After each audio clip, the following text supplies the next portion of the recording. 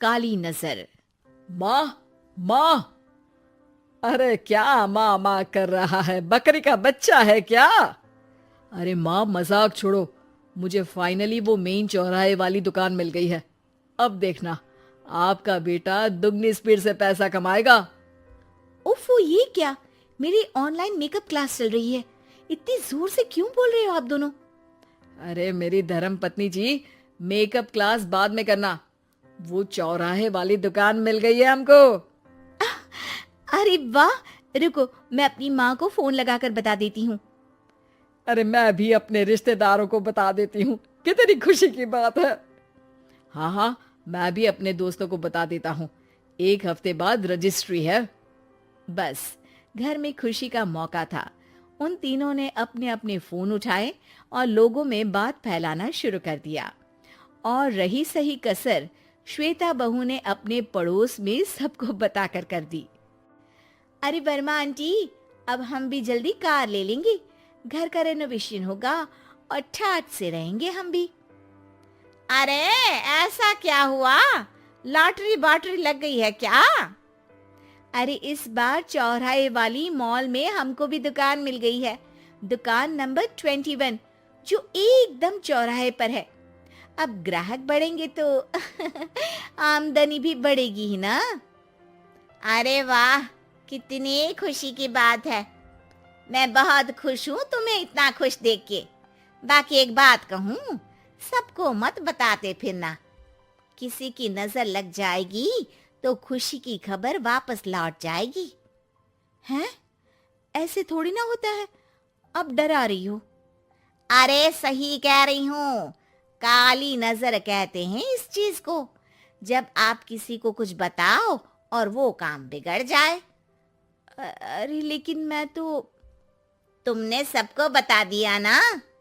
हाँ, फोन लगा लगा के। अब बच के रहना। काली नजर बड़ी खतरनाक होती है।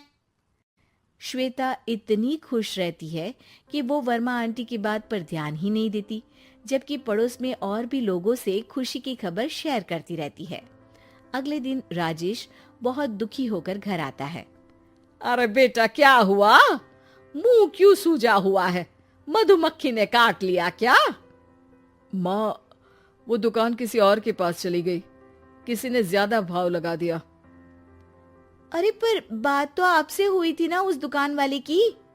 हाँ, आज मैं टोकन अमाउंट देने गया था, तब मुझे पता चला। कोई आकर सुबह मुझसे पहले ही ज्यादा अमाउंट दे गया। काली नजर। क्या? क्या कहा? वर्मा आंटी ने समझाया था कि किसी को बताना मत, वरना काली नजर लग जाएगी। अच्छा, तुम्हें उनकी बात मान लेनी चाहिए थी। उनकी बात मान लेती, लेकिन उसके पहले ही सबको बता चुके थे ना हम तीनों। अरे अगली बार से ध्यान रखेंगे। कोई भी नई चीज होगी तो किसी को नहीं बताएंगे। तीनों कुछ दिन ऐसे ही रहते हैं, पर एक दिन श्वेता को एक मेल आता है। राजेश, मेरा ऑनलाइन मेकअप कोर्स कंप्लीट हो गया। अब मैं खुद का पार्लर खोल सकती हूँ। अरे वाह, अपने मोहल्ले में ही खोलते हैं। ये जो घर के सामने दुकान है ना, वहीं। हाँ, यहाँ सस्ती भी मिल जाएगी। अगले दिन श्वेता वर्मा आंटी के पास जाती है, मिठाई का डब्बा लेकर। अरे आओ आओ, कैसे आना हुआ? जोर से नहीं बोलूंगी। वो सामने वाली दुकान है ना, वहां मैं अपनी पार्लर की दुकान खोलने वाली हूँ। उसकी मिठाई है। अरे वाह, बहुत बधाई हो तुमको। हाँ, मैं कमाने लगूंगी तो राजेश पर पूरे घर का बोझ नहीं रहेगा ना आंटी जी। ये तो है। पर ये बता कि तूने ये बात किसी और को तो नहीं बताई ना? अरे नहीं नहीं, पिछली बार गलती कर दी थी। काली नजर लगी किसी की और राजेश के हाथ से वो दुकान चली गई थी। सबको मत बताना। चलो मैं चलती हूँ, कल दुकान की बात करने भी तो जाना है। अगले दिन श्वेता दुकान के लिए मालिक से बात करने जाती है। अरे लेकिन दुकान तो हम कल रात को ही किसी को दे चुके हैं। कल ही? हाँ, कल ही। 2 दिन बाद कोई यहाँ पार्लर भी खोल लेगा। अब कहीं और दुकान देख लीजिए। अरे पर हमको भी तो पार्लर ही खोलना था। हाँ भाई, एक ही दुकान है, आधी आधी तो नहीं दे सकता ना मैं। राजेश और श्वेता घर पर हताश होकर आ जाते हैं। इस बार तो किसी को बताया भी नहीं था, अब किसकी काली नजर लग सकती है। सुनो, तुमने माँ को बताया था क्या? अरे कैसी बात कर रही हो, माँ की नजर थोड़ी ना लगेगी। पक्का तुमने किसी को नहीं बताया था ना? सिर्फ वर्मा आंटी को बताया था, उन्होंने ही मुझे किसी को नहीं बताने को कहा। अरे यार, तुम भी सही हो, मेरी माँ को नहीं बताने को कह रही हो, पर वर्मा आंटी को बताना तुम्हें जरूरी लगा। अरे वर्मा आंटी ने ही तो काली नजर के बारे में बताया था ना, वो हमेशा हमारा भला ही तो चाहती है। मेरी माँ भी हमारा भला ही चाहती है। अरे पर चिल्ला क्यों रहे हो, बात नहीं कर सकते क्या आराम से? नहीं आता वो आराम से बात करना, और करना भी नहीं चाहता हूं मैं। दुकान जाने का दुख गुस्से में बदल गया था और राजेश और श्वेता में बात बंद हो गई थी। 2 दिन बाद मोहल्ले में पार्लर का इनॉग्रेशन हुआ, जिसमें मोहल्ले के सभी लोगों को बुलाया गया, पर श्वेता, राजेश और माँ नहीं जाते। माँ, अंदर आ जाओ, क्या देख रही हो? अरे नया पार्लर देख रही हूँ अपने आंगन से। देखो, माँ को दूसरे का सुख देखने में कितना मजा आ रहा है, मेरा दुख नहीं दिख रहा इन्हें। यहाँ मेरा पार्लर भी तो हो सकता था। अरे चुप रहो यार, हर बात में लड़ाई क्यों ढूंढ रही हो? राजेश और श्वेता फिर बहस करने लगते थे।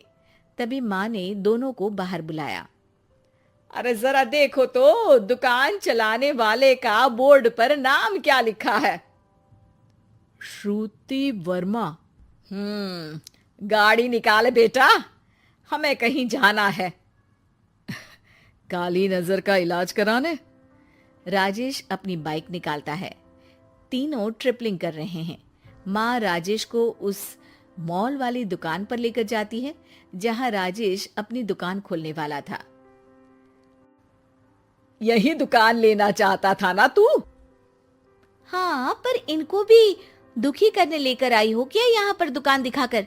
वहाँ काफी नहीं था? अरे श्वेता, थोड़ा सब्र रख, अभी पता चलेगा कि हम यहाँ क्यों आए हैं। बता, इस दुकान चलाने वाले का नाम क्या है? अनुपम वर्मा। कुछ समझ में आया? वो दुकान वाली श्रुति वर्मा, ये दुकान वाला अनुपम वर्मा, और हमारे पड़ोस में हमने उस दुकानों के बारे में बताया किसको था? अब वर्मा आंटी को। मतलब वर्मा आंटी ही हमारा काम बिगाड़ रही है? नहीं नहीं, ऐसा नहीं हो सकता, ये बस इत्तेफाक है। राजेश अपना फोन निकालता है और श्रुति वर्मा और अनुपम वर्मा के नाम फेसबुक पर सर्च करता है, जहां ये दोनों ही वर्मा आंटी के रिश्तेदार होते हैं। श्वेता को समझ में आ जाता है कि वर्मा आंटी की ही नजर खाली नजर है। अब क्या करना है? कोई भी खुशी की खबर हो तो काली नजर से बचना है, यानी वर्मा आंटी से बचना है। अरे पर मुझे ये समझ में नहीं आया कि वो हमारे साथ ऐसा क्यों करेंगी।